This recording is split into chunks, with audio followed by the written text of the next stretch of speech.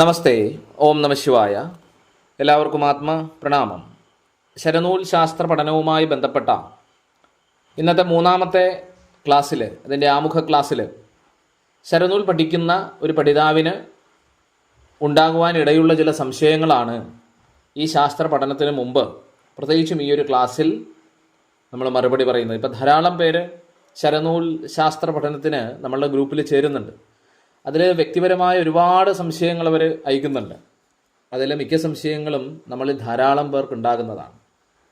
അപ്പോൾ ഇന്ന് മൂന്നാം ദിവസത്തെ ക്ലാസ്സിൽ ശരനൂലും സംശയങ്ങളും എന്നുള്ള ഒരു വിഷയമാണ് നമ്മൾ സംസാരിക്കുന്നത്. ഒന്ന്, ആദ്യമായി ശരനൂൽ പഠിക്കാൻ വരുന്ന ഒരു പഠിതാവ് ചോദിക്കുന്ന ചോദ്യം, ഇത് ഏത് സമയത്താണ് ചെയ്യേണ്ടത്? ശരനൂൽ അഭ്യസിക്കാൻ പറ്റിയ ഏറ്റവും ഉത്തമമായ സമയം, ശരനൂലും സമയവും.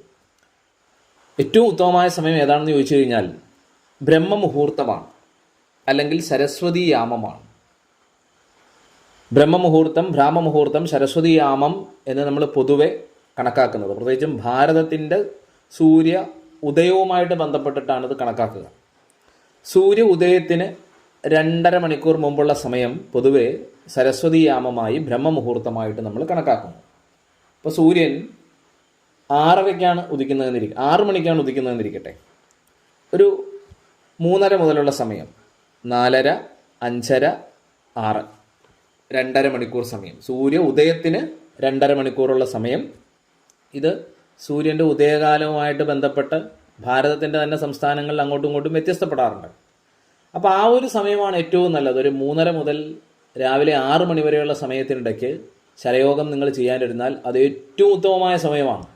നമ്മുടെ ഉള്ളിലെ സരസ്വതി നാഡി അല്ലെങ്കിൽ സുഷുമ്ന നാഡി ഉത്തേജിക്കപ്പെടുന്ന, ആക്റ്റീവാകുന്ന സമയമാണ്. നമ്മൾ ഇടശരം, വലശരം, സുഷുമ്നാശരം എന്ന് നമ്മൾ പറയാറുണ്ട് അല്ലേ? അതിൽ സുഷുമ്നാശരം ആക്റ്റീവാകുന്ന സമയം ബ്രഹ്മമുഹൂർത്ത സമയം, ഭ്രാമമുഹൂർത്ത സമയമാണ്. അതുകൊണ്ടാണ് നമ്മൾ യോഗികളും ഋഷികളും സന്യാസിമാരും മഠങ്ങളും അതുപോലെ തന്നെ ക്ഷേത്രങ്ങളും ഒക്കെ ഈ ഭ്രാമമുഹൂർത്ത സമയത്ത് ഉണരുന്നത്. ആ സമയത്താണ് അവിടുത്തെ കാര്യങ്ങൾ കൂടുതലും നടക്കുക. അപ്പം നമുക്കും ധ്യാനിക്കാൻ പറ്റിയ, യോഗ ചെയ്യാൻ പറ്റിയ, അല്ലെങ്കിൽ പഠിക്കാൻ പറ്റിയ, അല്ലെങ്കിൽ നല്ല കാര്യങ്ങളെപ്പറ്റി ചിന്തിക്കാൻ പറ്റുന്ന സമയം ഈ ബ്രഹ്മമുഹൂർത്ത സമയമാണ്. ഇതിന് പിന്നിലൊരു സയൻസ് ഉണ്ട്. നമ്മൾ രാത്രി ഒരു 9:30, 10 മണിക്കൊക്കെ കിടക്കുകയാണെങ്കിൽ നമ്മൾ രാവിലെ ഒരു 4:30, 5 മണിക്ക്, 3:30 എഴുന്നേക്കാം, 4 എഴുന്നേക്കാം, 5 എഴുന്നേക്കാം, 5:30 എഴുന്നേക്കാം. എന്തായാലും ഉദയത്തിന് അരമണിക്കൂർ മുമ്പെങ്കിലും നമ്മൾ എഴുന്നേക്കണം എന്നാണ് പറയുക. നമുക്ക് ചുറ്റുമുള്ള പക്ഷിമൃഗാദികളെ നമ്മളൊന്ന് ശ്രദ്ധിച്ചാൽ അവയെല്ലാം സൂര്യ ഉദയത്തിന് മുമ്പ് എഴുന്നേക്കും അല്ലേ? എന്നതുപോലെ മനുഷ്യനും സൂര്യ ഉദയത്തിന് മുമ്പ് എഴുന്നേക്കണം. നമ്മുടെ ഉള്ളിലൊരു ബയോളജിക്കൽ ക്ലോക്ക് ഉണ്ട്, പ്രപഞ്ചത്തിലും ഒരു ബയോളജിക്കൽ ക്ലോക്ക് ഉണ്ട്. മനുഷ്യൻ എന്ന് പറയുന്നത് സൗരജീവിയാണ്. എന്താണ് സൗരജീവി എന്ന് പറഞ്ഞാൽ? ചാന്ദ്രജീവികളും സൗരജീവികളുമുണ്ട്. ചാന്ദ്രജീവികൾ എന്ന് പറഞ്ഞാൽ ചന്ദ്രൻ ഉണരുന്ന സമയം. അത് ഏത് സമയമാണ്? രാത്രി സമയം. രാത്രി സമയം ഉണർന്ന് പ്രവർത്തിക്കുന്ന ജീവികൾ. ഉദാഹരണം പറഞ്ഞു കഴിഞ്ഞാൽ ചില പക്ഷിമൃഗാദികൾ അങ്ങനെയാണ്. ഇപ്പം നമ്മൾ പാമ്പുകൾ, തവളകൾ, വവ്വാല് പോലെയുള്ള പക്ഷിവർഗ്ഗങ്ങളൊക്കെ, മൂങ്ങ, ഇതൊക്കെ രാത്രിയാണ് അവർ ആക്റ്റീവ് ആകുക. അവർക്ക് കാഴ്ചശക്തി ഉള്ളതും ഇരതേടുന്നതും ഒക്കെ ആ സമയങ്ങളിലാണ്. ഇതെല്ലാം ചാന്ദ്രജീവികളാണ്. അതായത് ചന്ദ്രൻ്റെ സമയം, രാത്രി സമയം ഉണർന്ന് പ്രവർത്തിക്കുന്ന ജീവി. അവയുടെ സിസ്റ്റം, അവയുടെ ജൈവഘടികാരം, അല്ലെങ്കിൽ അവരുടെ ആ ഒരു സ്വഭാവ സവിശേഷതകൾ, ശരീരവും അതിൻ്റെ മനോതലവും ഒക്കെ ഏറ്റവും അധികം ആക്റ്റീവ് ആകുന്നത് രാത്രിയിലാണെന്ന് പറയാം. മനുഷ്യൻ സൗരജീവിയാണോ ചാന്ദ്രജീവിയാണോ എന്ന് ചോദിച്ചാൽ യഥാർത്ഥത്തിൽ നമ്മൾ സൗരജീവികളാണ്. കാരണം സൂര്യോദയത്തോടു കൂടിയാണ് നമ്മൾ ആക്റ്റീവ് ആകുക. അപ്പോൾ സൂര്യോദയത്തിന് 2.5 മണിക്കൂർ മുമ്പുള്ള സമയം, ബ്രാഹ്മമുഹൂർത്ത സമയത്ത് നമ്മൾ എഴുന്നേറ്റ് കഴിഞ്ഞാൽ, ഒന്ന് രാവിലെ എഴുന്നേറ്റാൽ ഒരുപാട് സമയം നമുക്ക് കിട്ടും. രാവിലെ എഴുന്നേറ്റ് അല്ലേ, നമ്മൾ first impression is the best impression എന്ന് പറയും. രാവിലെ നമ്മൾ എന്താണോ നമ്മുടെ ശരീരം കൊണ്ട്, മനസ്സുകൊണ്ട്, ബോധതലം കൊണ്ട് നമ്മൾ ആദ്യം പ്രവർത്തിക്കുന്നത്, നമ്മൾ കണി കാണുക, ശകലം കാണുക എന്നൊക്കെ പറയാറില്ലേ? അപ്പോൾ രാവിലെ എഴുന്നേറ്റിട്ട് നമ്മുടെ ശരീരത്തെയും മനസ്സിനെയും ബോധതലത്തെയും ഒക്കെ ഉത്തേജിപ്പിക്കുന്ന, ഉന്മേഷവത്താക്കുന്ന ഇത്തരത്തിലുള്ള യോഗക്രിയകൾ, ശരനൂൽ ക്രിയകളൊക്കെ നമ്മൾ പ്രാക്ടീസ് ചെയ്ത് കഴിഞ്ഞാൽ ആ ഇംപ്രഷൻ ഫസ്റ്റ് ഉണ്ടാകുന്ന നമ്മുടെ ശരീരതലത്തിന്, മനോതലത്തിന്, നമ്മുടെ ബോധതലത്തിന്, നാഡീതലത്തിന്, നമ്മുടെ ഉള്ളിലുള്ള ആ ഹോർമോൺ സംവിധാനത്തിന് ഉണ്ടാകുന്ന ആ ഒരു ഉത്തേജനം, ആ ഒരു എനർജി ആ ദിവസം മുഴുവൻ നിലനിൽക്കും എന്നാണ് പറയുക. അപ്പോൾ ഏത് പ്രവർത്തനത്തിനും ഏറ്റവും ഉത്തമമായ സമയം രാവിലെ 4:30 മുതൽ രാവിലെ 3:30 മുതൽ 6 മണി വരെയുള്ള സമയമാണ്. അതല്ല എങ്കിൽ നിങ്ങൾക്ക് രാവിലെ 8 മണി വരെയുള്ള സമയത്തും ഈ പ്രാക്ടീസ് ചെയ്യാം. ഓക്കെ. ഇനി ഉറക്കത്തിൻ്റെ പ്രശ്നമുള്ളവരാണ്, പ്രായമുള്ളവരാണ്, ചില രോഗാവസ്ഥകളുള്ളവരാണ്, അവർക്ക് തീർച്ചയായിട്ടും രാവിലെ 8 മണിക്ക് മുമ്പെങ്കിലും ഇത് പ്രാക്ടീസ് ചെയ്യാനായിട്ട് ശ്രദ്ധിക്കുക. ഇപ്പോൾ ശരയോഗ പരിശീലനത്തിൻ്റെ സമയമാണ് നമ്മൾ പറയുന്നത്. അപ്പോൾ 3:30 മുതൽ വെളുപ്പിന് 3:30 മുതൽ 6 മണി വരെയുള്ള സമയം ഏറ്റവും ഉത്തമം. അതിനുശേഷം 7, 8 അതിനുശേഷമുള്ള സൂര്യൻ ഉദിച്ചതിന് ശേഷമുള്ള 2 മണിക്കൂർ കൂടി നന്നായിട്ട് പ്രാക്ടീസ് ചെയ്യാം. ഇത് ഏറ്റവും ഉത്തമ സമയമാണ്. അതല്ലാതെ നിങ്ങളിപ്പോൾ നൈറ്റ് ഷിഫ്റ്റുള്ള ഒരാളാണ്, നിങ്ങൾക്ക് 8 മണിക്കും 6 മണിക്കും 5:30ക്കൊന്നും ചെയ്യാൻ പറ്റുന്നില്ല. നിങ്ങൾ വന്ന് നന്നായി വിശ്രമിച്ച് ഉറങ്ങിയതിന് ശേഷം എപ്പോഴാണോ, ചിലപ്പോൾ ഉച്ചയ്ക്ക് 2 മണിക്കായിരിക്കും, ആ സമയത്തും ചെയ്യാം. അതായത് സന്ധ്യകളുടെ ആചരണം എന്ന് പറയും. പ്രധാന 2 സന്ധ്യകളുണ്ട്, പ്രാതസന്ധ്യ, മധ്യാഹ്ന സന്ധ്യ. അതായത് ഇരുട്ടിൽ നിന്ന് വെളിച്ചത്തിലേക്ക് വരുന്ന സമയം, അതാണ് പ്രഭാത സമയം, ബ്രഹ്മമുഹൂർത്ത സമയം, ഏറ്റവും ഉത്തമം. പിന്നെ വെളിച്ചത്തിൽ നിന്ന് ഇരുട്ടിലേക്ക് പോകുന്ന സമയം നമ്മുടെ മധ്യാഹ്ന സന്ധ്യ എന്ന് പറയും. അല്ല, ആ സമയത്താണ് ഗൃഹങ്ങളിലൊക്കെ വിളക്ക് വയ്ക്കുകയും പൂജാതി കാര്യങ്ങളൊക്കെ ചെയ്യുകയും ചെയ്യുക. നമ്മുടെ ഉള്ളിലും പ്രപഞ്ചത്തിലുമുള്ള ആ എനർജി വ്യതിയാനത്തെ ബാലൻസ് ചെയ്യുന്നതിന് വേണ്ടി ശുദ്ധമായ പോസിറ്റീവായ എനർജികളെ ഗൃഹത്തിലേക്കും നമ്മളിലേക്കും ഒക്കെ അട്രാക്റ്റ് ചെയ്തെടുക്കാൻ വേണ്ടിയിട്ടാണ് സന്ധ്യകളെ നമ്മൾ ആചരിക്കുക. ഓക്കെ. അപ്പോൾ നമ്മൾ സായം സന്ധ്യ മെഡിറ്റേഷൻ നല്ലതാണ്. വൈകിട്ട് ഒരു 5:30 മുതൽ രാത്രി ഒരു 9:30 വരെയുള്ള സമയങ്ങളിൽ നമുക്ക് ശരയോഗം പ്രാക്ടീസ് ചെയ്യാം. ഇനി ഉച്ചയ്ക്കും ചെയ്യുന്നതിനും കുഴപ്പമില്ല. ഒരു 11:30 മുതൽ 12:30 1 മണി വരെയുള്ള സമയത്തും നമ്മൾ ആ മധ്യാഹ്ന സന്ധ്യ എന്ന് പറയും. പ്രാതസന്ധ്യ രാവിലെ, മധ്യാഹ്ന സന്ധ്യ ഉച്ചയ്ക്ക്, നമ്മൾ പറയുന്ന സായം സന്ധ്യ വൈകിട്ട്, ആ സമയത്തും ചെയ്യാം. ഇത് നോർമലി പറഞ്ഞ സമയമാണ്. ഇനി ഇതൊന്നും നിങ്ങൾക്ക് പറ്റുന്നില്ല, നിങ്ങൾക്ക് ഏത് സമയമാണോ നിങ്ങൾക്ക് യോജിക്കുന്നത് ആ സമയത്ത് ശരയോഗം പ്രാക്ടീസ് ചെയ്യാം എന്നുള്ളതാണ് സമയത്തെപ്പറ്റി പറഞ്ഞാലുള്ള കാര്യം. അപ്പോൾ രണ്ടാമത്തെ സംശയം, ഇത് കുളിച്ചിട്ട് വേണോ ചെയ്യാൻ? യാതൊരു നിർബന്ധമില്ല. ശരയോഗത്തിന് ശുദ്ധാശുദ്ധങ്ങളൊന്നും ബാധകമല്ല. നിങ്ങൾ കുളിക്കണമെന്നുള്ള നിർബന്ധമൊന്നുമില്ല. പക്ഷേ രാത്രി നമ്മൾ 7-8 മണിക്കൂർ കിടന്ന് ഉറങ്ങിക്കഴിയുമ്പോൾ സ്വാഭാവികമായിട്ടും നമ്മുടെ ശരീരത്തിൽ ത്വക്കിൽ വിയർപ്പ് വരും, അല്ലെ, അഴുക്ക് വരും. അതുകൊണ്ട് നിങ്ങൾ രാവിലെ എഴുന്നേറ്റിട്ട് ചെയ്യേണ്ട 2 പ്രധാന കാര്യങ്ങളുണ്ട്. ഒന്ന് കോഷ്ഠശുദ്ധി, 2 ദന്തശുദ്ധി. കോഷ്ഠശുദ്ധി എന്ന് വെച്ചാൽ വയറിനെ ശുദ്ധീകരിക്കുക, മലമൂത്ര വിസർജനം ചെയ്ത് വയറിനെ ശുദ്ധീകരിക്കണം. 2 ദന്തശുദ്ധി, നമ്മൾ പല്ല് തേച്ച് നാക്കുപിടിക്കുക എന്ന് പറയുന്ന കാര്യം. ഈ 2 ശുദ്ധി ചെയ്യണം. കുളിക്കാൻ സാധിക്കുകയാണെങ്കിൽ ചൂടുവെള്ളത്തിലോ തണുത്ത വെള്ളത്തിലോ നിങ്ങളുടെ ആരോഗ്യസ്ഥിതിക്ക് അനുസരിച്ച് കുളിക്കാം. ഇനി കുളിക്കാൻ പറ്റാത്തവരാണ്, രാവിലെ കുളിച്ചാൽ പ്രശ്നമാണെങ്കിൽ കയ്യും കാലും മുഖവും കഴുകി തുടച്ചിട്ട് ശരയോഗം പ്രാക്ടീസ് ചെയ്യാനായിട്ട് നിങ്ങൾക്കിരിക്കാം. അപ്പോൾ കുളിച്ചിട്ടോ കുളിക്കാതെയോ ചെയ്യാം, അതിന് യാതൊരു വിധത്തിലുള്ള പ്രശ്നങ്ങളുമില്ല. പക്ഷേ 7-8 മണിക്കൂർ ഉറങ്ങിക്കിടന്നു കഴിഞ്ഞ് ശരീരത്തിൽ അഴുക്കോടുകൂടി ചെയ്യാനിരിക്കുമ്പോൾ നമുക്കൊരു വല്ലായ്മ തോന്നും. പ്രത്യേകിച്ചും കേരളീയരൊക്കെ വളരെയധികം ശുദ്ധിവൃത്തികളുള്ളവരാണ്, അല്ലേ, കുളിക്കാതെ പോലും പുറത്തിറങ്ങാത്തവരാണ്. ഇനി നിങ്ങൾ തണുപ്പുള്ള നാട്ടിലാണെങ്കിൽ ഈ പറഞ്ഞ കാര്യങ്ങളൊന്നും നടക്കില്ല. രാവിലെ കുളിക്കാനൊന്നും പറ്റില്ല, -ഡിഗ്രി ഉള്ളവർ. അപ്പോൾ ആ കാലാവസ്ഥയ്ക്ക് അനുസരിച്ചിട്ടുള്ള രീതി ചെയ്യാം. കുളിച്ചാലും കുളിച്ചില്ലെങ്കിലും നിങ്ങൾ കോഷ്ഠശുദ്ധിയും ദന്തശുദ്ധിയും വരുത്തിയിട്ട് രാവിലെ തന്നെ ശരയോഗം പ്രാക്ടീസ് ചെയ്യാനായിട്ട് ഇരിക്കുക. കുളിക്കണമെന്ന നിർബന്ധം ഇതിലില്ല, ഒരു കാര്യത്തിനും നിർബന്ധമില്ല ശരയോഗത്തിന്. അതാണ് രണ്ടാമത്തെ കാര്യം. അപ്പോൾ സമയത്തെപ്പറ്റി പറഞ്ഞു, കുളിയെപ്പറ്റി നമ്മൾ പറഞ്ഞു. ഇനി ശരയോഗം നമ്മൾ അഭ്യസിക്കുന്ന സമയത്ത് പ്രത്യേക ഭക്ഷണക്രമം ഉണ്ടോ? ഒരു നിയമവും ഭക്ഷണക്രമവുമായിട്ട് ബന്ധപ്പെട്ടിട്ടില്ല. നിങ്ങളുടെ ജീവിത രീതി, നിങ്ങൾ ജീവിക്കുന്ന രാജ്യം, നിങ്ങൾ ചെറുപ്പം മുതലേ നിങ്ങൾ തുടർന്ന് വന്ന ഭക്ഷണക്രമം, നിങ്ങളുടെ ശരീരത്തിന് അനുയോജ്യമായ ഭക്ഷണക്രമം, ഇതുവരെ ശീലിച്ച ഒരു ഭക്ഷണശീലം ശരയോഗം ചെയ്യുമ്പോൾ മാറ്റണമെന്നില്ല. ചെറുപ്പം മുതലേ മീനും മത്സ്യവും മാംസവും ഒക്കെ കഴിച്ച് ജീവിച്ച ഒരാൾക്ക് ഇന്ന് നാളെ ശരയോഗം തുടങ്ങുമ്പോൾ ഇതെല്ലാം ഒഴിവാക്കാൻ പറഞ്ഞാൽ അയാൾക്ക് സാധിക്കണമെന്നില്ല. നിങ്ങൾ സസ്യബുക്കാവട്ടെ, വെജിറ്റേറിയൻ ആവട്ടെ, മാംസബുക്കാവട്ടെ, നോൺ വെജിറ്റേറിയൻ ആവട്ടെ, ഇനി മിശ്ര ബുക്കാവട്ടെ, പച്ചക്കറിയും മീനും മുട്ടയും അതേപോലെ മാംസവും ഒക്കെ കഴിക്കുന്നവരാണ്. അതൊന്നും നിങ്ങൾ ഇതിൻ്റെ അകത്ത് സ്റ്റോപ്പ് ചെയ്യേണ്ട ആവശ്യമില്ല. അങ്ങനെ പ്രത്യേകിച്ച് റൂൾ ഇതിൻ്റെ അകത്തില്ല. നിങ്ങൾക്ക് ഇഷ്ടമുള്ള ഭക്ഷണം കഴിക്കാം. നിങ്ങളുടെ ശരീരപ്രകൃതി, നിങ്ങൾ ജീവിക്കുന്ന സ്ഥലം, നിങ്ങൾ ഇതുവരെ വളർന്നു വന്ന, നിങ്ങൾ കഴിച്ചു വന്ന ആ ഭക്ഷണ രീതി തന്നെ നിങ്ങൾക്ക് തുടരാം. ഏത് ഭക്ഷണം കഴിക്കുമ്പോഴും അനുയോജ്യമായ ഭക്ഷണം കഴിക്കുക, കാലാവസ്ഥയ്ക്ക് അനുസരിച്ചിട്ടുള്ള ഭക്ഷണം കഴിക്കുക. ഇപ്പോൾ പ്രത്യേകിച്ചുമൊക്കെ ചൂട് കാലത്ത് നമ്മൾ ചൂട് വർദ്ധിപ്പിക്കുന്ന ഭക്ഷണങ്ങൾ പൊതുവെ ഒഴിവാക്കണമെന്ന് പറയും. തണുപ്പ് കാലത്ത് തണുപ്പ് സംബന്ധമായിട്ടുള്ള ഭക്ഷണങ്ങൾ ഒഴിവാക്കണമെന്ന് പറയും. ഇപ്പോൾ ചൂട് കാലത്ത് നമ്മൾ ഒരുപാട് ഈ നോൺ വെജിറ്റേറിയനിൽ ഒരുപാട് കോഴിയിറച്ചി കഴിച്ചു കഴിഞ്ഞാൽ സ്വതവേ അത് നമ്മുടെ ചൂട് വർദ്ധിപ്പിക്കും. അപ്പോൾ അതിൻ്റെ അളവ് കുറയ്ക്കണം. കഴിക്കരുതെന്നല്ല, അതിൻ്റെ അളവ് കുറയ്ക്കണം. ഇനി തണുപ്പ് കാലത്ത് ശരീരത്തിൻ്റെ ഉള്ളിൽ തണുപ്പ് കൂട്ടുന്ന ആഹാരക്രമം, നമ്മൾ നല്ല തണുപ്പിച്ച തൈരൊക്കെ കഴിക്കുകയാണെങ്കിൽ അത് ശരീരത്തിന് പ്രശ്നം ഉണ്ടാക്കും. മാത്രമല്ല, നിങ്ങളുടെ ശരീരപ്രകൃതിക്ക് യോജിച്ച ഭക്ഷണം വേണം. ചിലർക്ക് തൈര് അലർജി ഉണ്ടാവും, ചില ഭക്ഷണങ്ങൾ അലർജി ഉണ്ടാവും. അതിനെയൊക്കെ നിങ്ങൾ ഒഴിവാക്കുക. എന്തായാലും കഴിക്കുന്ന ആഹാരം സസ്യാഹാരമാണെങ്കിലും മാംസാഹാരം ആണെങ്കിലും അവനവന് യോജിച്ച ഭക്ഷണങ്ങൾ കഴിക്കുക, ഇഷ്ടപ്പെട്ട ഭക്ഷണം കഴിക്കുക. ഒരു പ്രത്യേക ഭക്ഷണ നിയന്ത്രണം ഇതിൻ്റെ അകത്ത് പറയുന്നില്ല. കഴിക്കുന്ന ഭക്ഷണം പോഷകസമൃദ്ധമായിരിക്കണം. പിന്നെ മാംസാഹാരിയാണെങ്കിലും നിങ്ങൾ സസ്യാഹാരങ്ങൾ അതിൻ്റെ അകത്ത് ഉൾപ്പെടുത്തണം.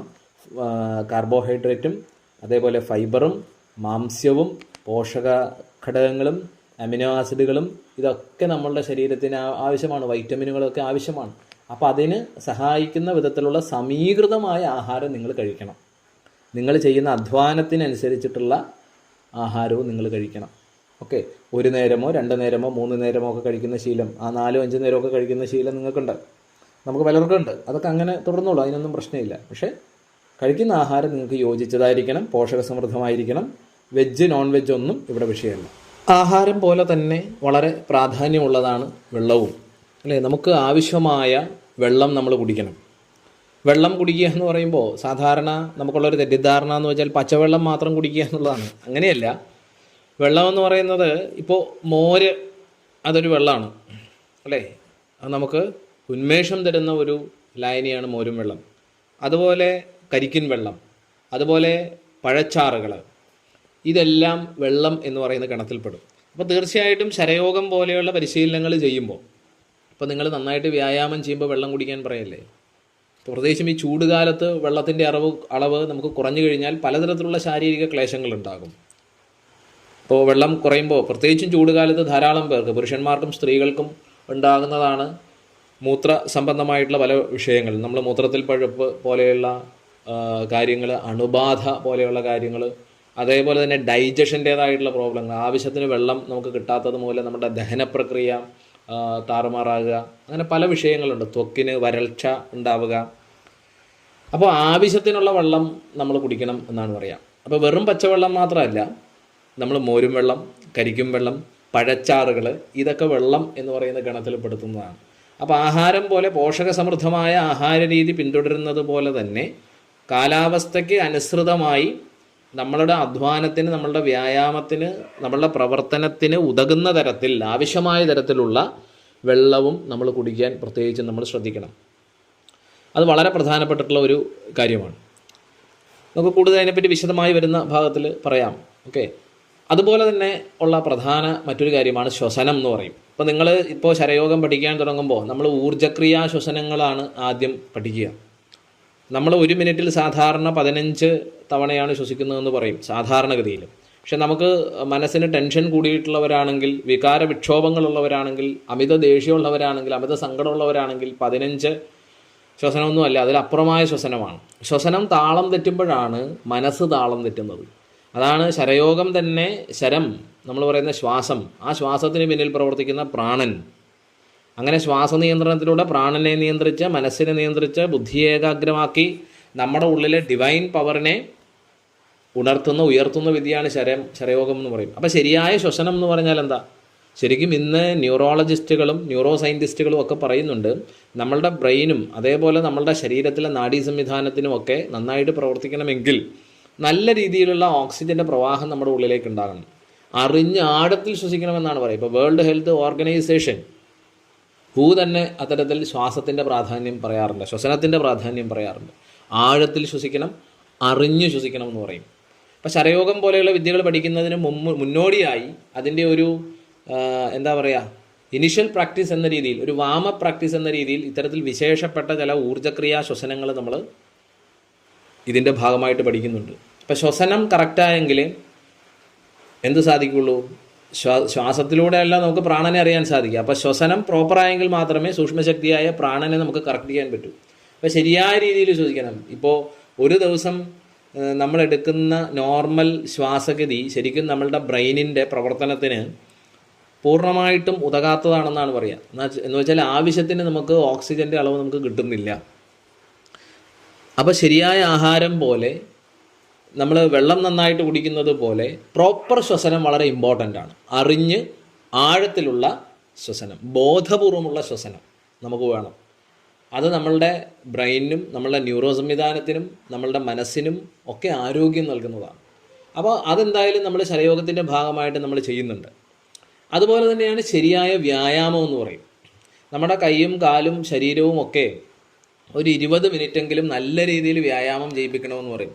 പ്രത്യേകിച്ചും നമ്മളിന്ന് ആധുനിക കാലഘട്ടത്തിൽ വ്യായാമത്തിന് സമയമില്ല. നമ്മൾ ഓഫീസ് ജോലി ചെയ്യുമ്പോഴും വീട്ടുജോലി ചെയ്യുമ്പോഴും പലരും വിചാരിക്കുന്നത് ഓഫീസ് ജോലിയും വീട്ടുജോലിയും വ്യായാമമാണെന്നാണ്. അങ്ങനെയല്ല. ശാസ്ത്രീയമായ വ്യായാമം എന്ന് പറഞ്ഞാൽ നമ്മളുടെ പാദം മുതൽ ശിരസ് വരെയുള്ള ഓരോ അവയവങ്ങൾക്കും, ഇപ്പോൾ പാദം എന്ന് പറഞ്ഞാൽ പാദത്തിലെ 10 വിരലുകൾ, പാദത്തിൻ്റെ അടിവശം, പാദത്തിൻ്റെ മുകൾ വശം, ഉപ്പൂറ്റി, നമ്മുടെ ആങ്കിൾസ്, നമ്മളുടെ കണങ്കാൽ, കാവ്സ് മസിൽസ്, നമ്മുടെ മുട്ട്, നമ്മുടെ തുടകൾ, തൈസ്, നമ്മുടെ അരക്കെട്ട്, നമ്മുടെ അബ്ഡോമിൻ, നമ്മുടെ ചെസ്റ്റ്, നമ്മുടെ കൈകൾ, ഷോൾഡർ, നെക്ക്, അതേപോലെ നമ്മളുടെ മുഖത്തെ മാംസപേശികൾ, ഇതിനെ ഓരോന്നും എടുത്ത് പ്രോപ്പറായി നമ്മൾ വ്യായാമം ചെയ്യിപ്പിക്കണമെന്നാണ് പറയാം.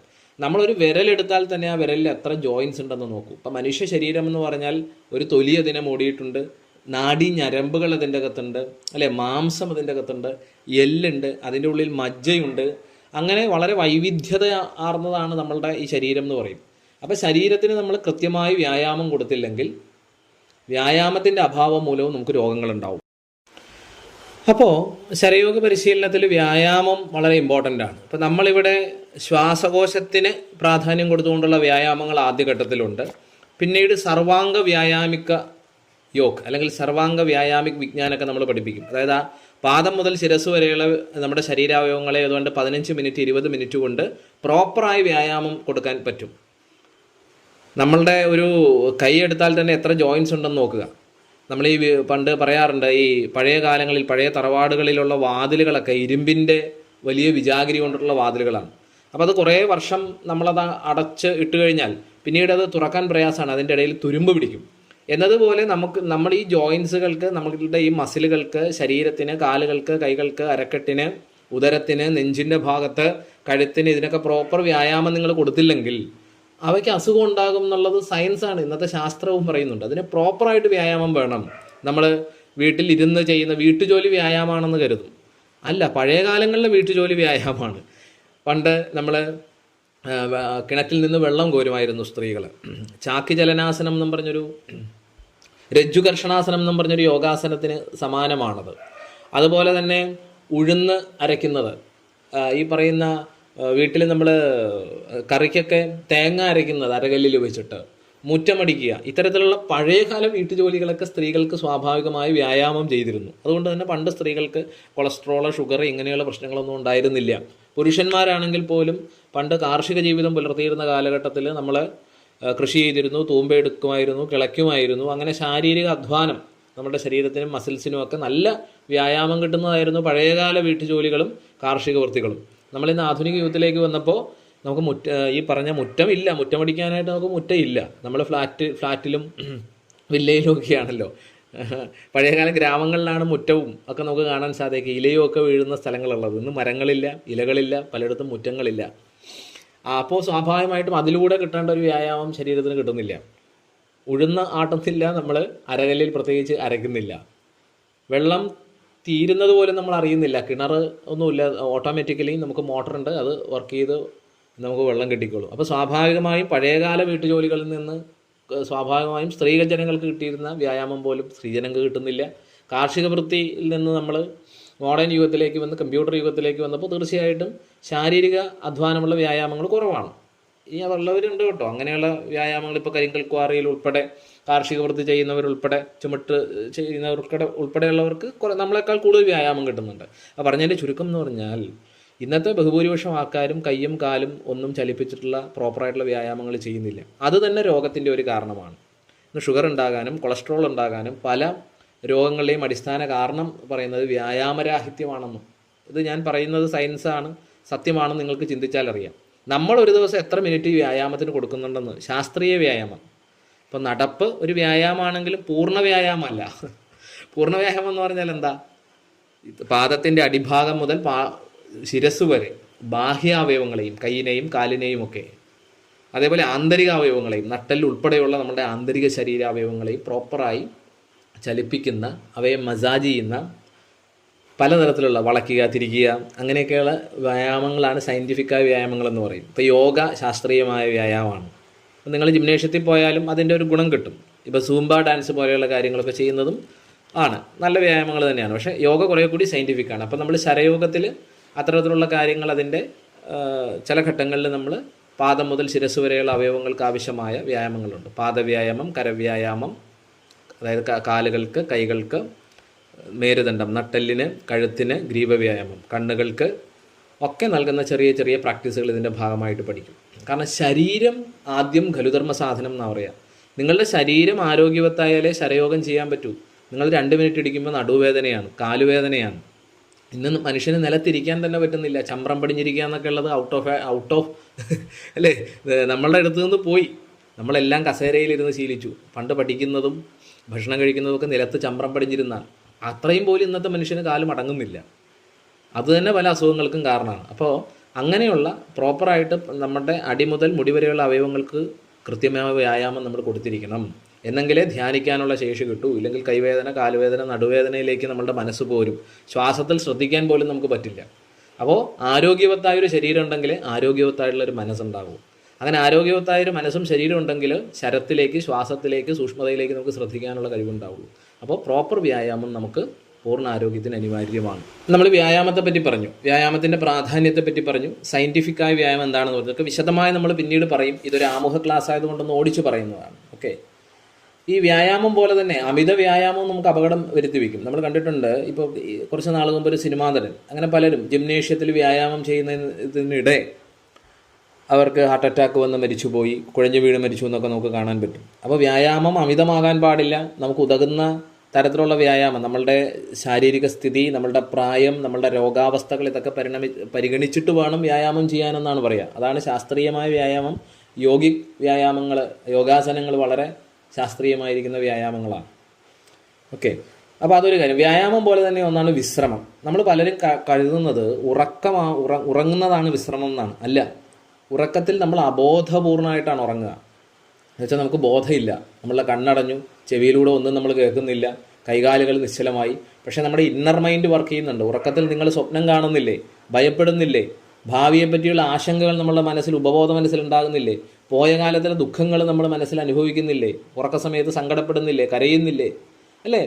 അപ്പോൾ ഫുൾ നമ്മൾ സ്വിച്ച് ഓഫ് ആക്കിയിട്ടുള്ള ഉറക്കം പോലും നമുക്കില്ല. ഉറക്കം വളരെ ഇമ്പോർട്ടൻ്റ് ആണ്. എന്തിനാണ് ഉറങ്ങുന്നത്? നമ്മൾ രാവിലെ മുതൽ വൈകിട്ട് വരെ കൈയും കാലും ശരീരവും മനസ്സും 5 ഇന്ദ്രിയങ്ങളും ഒക്കെ ഉപയോഗിച്ച് ഈ ലോകത്ത് നിന്ന് സ്വീകരിച്ച അറിവുകൾ, അല്ലേ, നമ്മളുടെ ടെമ്പററി മെമ്മറി, പെർമനൻറ്റ് മെമ്മറി എന്നൊക്കെ പറയും. അപ്പോൾ നമുക്ക് തലച്ചോറിലേക്ക് അടുക്കി വെക്കാനുള്ള സമയം ഉറക്കമാണ്. മെലാറ്റോണിൻ എന്ന് പറയുന്ന ഒരു ഹോർമോൺ നമ്മുടെ ഉള്ളിൽ ഉൽപ്പാദിപ്പിക്കപ്പെടുമ്പോഴാണ് നമുക്ക് ഉറക്കം വരിക. അത് ഉൽപ്പാദിപ്പിക്കപ്പെടാത്തത് കൊണ്ട് പലർക്കും ഉറക്കത്തിൻ്റേതായിട്ടുള്ള വിഷയങ്ങളുണ്ട്. നമ്മൾ അമിതമായി കമ്പ്യൂട്ടർ ഉപയോഗിക്കുക, അമിതമായി ഉറങ്ങുന്നതിന് മുമ്പ് മൊബൈൽ ഫോൺ ഉപയോഗിക്കുക, ഇത്തരം കാര്യങ്ങൾ കൊണ്ട് ഉറക്ക പ്രശ്നങ്ങൾ ഉണ്ടാവാം. നിങ്ങൾ വീട്ടിൽ കിടക്കുന്നതിന് മുമ്പ് ഒരു 15-20 മിനിറ്റ് മുമ്പെങ്കിലും മൊബൈൽ ഫോണൊക്കെ മാറ്റി വയ്ക്കുക. കൈയും കാലും മുഖമൊക്കെ നന്നായിട്ട് കഴുകി ഒരു നല്ല പുസ്തകം വായിക്കുകയോ അല്ലെങ്കിൽ അല്പസമയം ശാന്തമായിരുന്നു ധ്യാനിക്കുകയോ ശ്വസനക്രിയകൾ ചെയ്യുകയോ അല്ലെങ്കിൽ നന്നായിട്ട് യോഗക്രിയകൾ, ആധ്യാത്മിക ക്രിയകൾ, കീർത്തനങ്ങൾ, നാമങ്ങൾ, ജപങ്ങൾ, പ്രാർത്ഥനകൾ ഇതൊക്കെ ഒന്ന് ചെയ്ത് മനസ്സിനെയൊക്കെ ഒന്ന് ശാന്തമാക്കിയിട്ട് നിങ്ങൾ കിടക്കുക. ഓക്കെ. അധികം വെളിച്ചമുള്ള മുറിയിൽ കിടന്നാൽ ഈ മെലാറ്റോൺ വരില്ല. അതുകൊണ്ട് തന്നെ മങ്ങിയ വെളിച്ചമോ ഇരുണ്ട മുറിയിലോ നമ്മൾ കിടന്നുറങ്ങണമെന്ന് പറയും.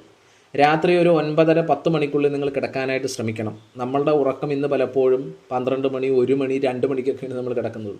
നേരത്തെ പറഞ്ഞ പോലെ മനുഷ്യൻ സൗരജീവിയാണ്. സൂര്യൻ ഉദിക്കുന്ന സമയത്ത് നമ്മൾ ആക്റ്റീവാകും. നമ്മളുടെ നാഡീ സംവിധാനങ്ങളും മനസ്സും നമ്മളുടെ ബ്രെയിനും സെക്കൻഡ് ബ്രെയിനായിരിക്കുന്ന നമ്മളുടെ ഉദരവും എല്ലാം ആക്റ്റീവാകുന്നത് ഈ സമയത്താണ്.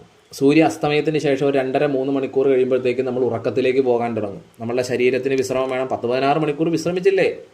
10-16 മണിക്കൂർ പ്രവർത്തനങ്ങൾ ചെയ്തില്ലേ? ഈ ശരീരം വിശ്രമിക്കണ്ടേ?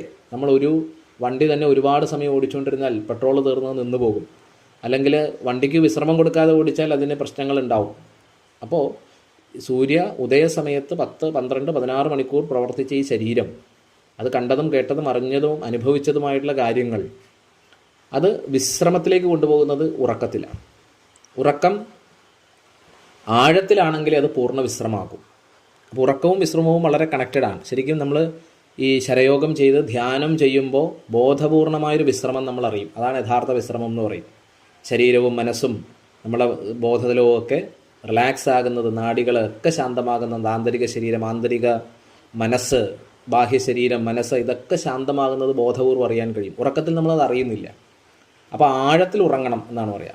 ഇന്ന് ബഹുഭൂരിപക്ഷം ആൾക്കാർക്കും ഉറക്ക പ്രശ്നമുണ്ട്. അതുകൊണ്ട് തന്നെ ഓർമ്മക്കുറവ്, തലവേദന, അകാരണമായ ദേഷ്യം, സ്ട്രെസ്സ്, ഹോർമോൺ ഇംബാലൻസ്, പല കാര്യങ്ങൾ ഉറക്കം ശരിയാകാത്തത് കൊണ്ടുണ്ട് ഇല്ലേ.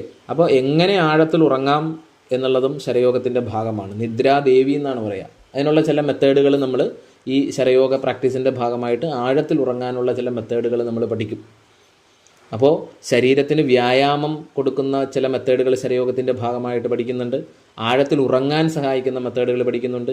ശരയോഗം ആഴത്തിൽ ചെയ്യുമ്പോൾ തന്നെ നമുക്ക് ബോധപൂർണമായിരിക്കുന്ന വിശ്രമം നമുക്ക് കിട്ടും. പിന്നെ നല്ല പ്രകൃതിബന്ധം വേണമെന്ന് പറയും. എന്ന് വെച്ചാൽ നമ്മൾ നിലനിർത്തുന്ന ഈ ഭൂമിയെ അതിനോട് നന്ദി പറയാമെന്ന് പറയും. നന്ദി സാധന എന്ന് പറയുന്നൊരു മെത്തേഡ് തന്നെ ശരവിദ്യയിലുണ്ട്. നമ്മളുടെ കാലുറപ്പിച്ച് നിർത്തി നമ്മൾ നടക്കുന്നത് ഈ ഭൂമിയിലാണ്. അപ്പോൾ ഭൂമിയെ സംരക്ഷിക്കുക, കാടുകളെ സംരക്ഷിക്കുക, ജലത്തെ സംരക്ഷിക്കുക, അന്തരീക്ഷത്തെ സംരക്ഷിക്കുക, പ്രകൃതിയെ മലിനമാക്കാതിരിക്കുക, പ്രകൃതിയോട് ഇണങ്ങിയുള്ള ജീവിതം നയിക്കുക. ഒരു വൃക്ഷമെങ്കിലും നമ്മുടെ ഓരോ പിറന്നാളിനും ബർത്ത്ഡേക്ക് ഒരു വൃക്ഷമെങ്കിലും പണ്ട് കാലത്ത് നടും. അങ്ങനെ അതായിരുന്നു പണ്ടത്തെ പാരമ്പര്യം. അപ്പം അങ്ങനെ പ്രകൃതിയോട് ഇണങ്ങിയുള്ള ജീവിതം, പ്രകൃതിക്ക് ദോഷകരമാകാത്ത രീതിയിൽ ഭൂമി ദേവിയെ സംരക്ഷിച്ചുകൊണ്ടുള്ള ജീവിതവും പ്രകൃതി ബന്ധത്തിൻ്റെ ഭാഗമാണ്. അതൊക്കെയാണ് നമുക്ക് ഒരു ശരയോഗി പ്രധാനമായും ശ്രദ്ധിക്കേണ്ട ചില കാര്യങ്ങൾ. ശരയോഗം ചെയ്യേണ്ട സമയം, അതിൻ്റെ ആഹാര രീതി, വെള്ളത്തിൻ്റെ രീതി, പിന്നെ വ്യായാമത്തെപ്പറ്റി, വിശ്രമത്തെപ്പറ്റി, ഉറക്കത്തെപ്പറ്റി, പ്രകൃതിബന്ധത്തെപ്പറ്റി ഒന്ന് ഓടിച്ചു പറഞ്ഞു. ഓക്കെ, ഇത് കൂടുതൽ വിശദമായി നമ്മൾ പിന്നീടുള്ള ഭാഗങ്ങളിൽ വ്യക്തമാക്കും. നമസ്തേ.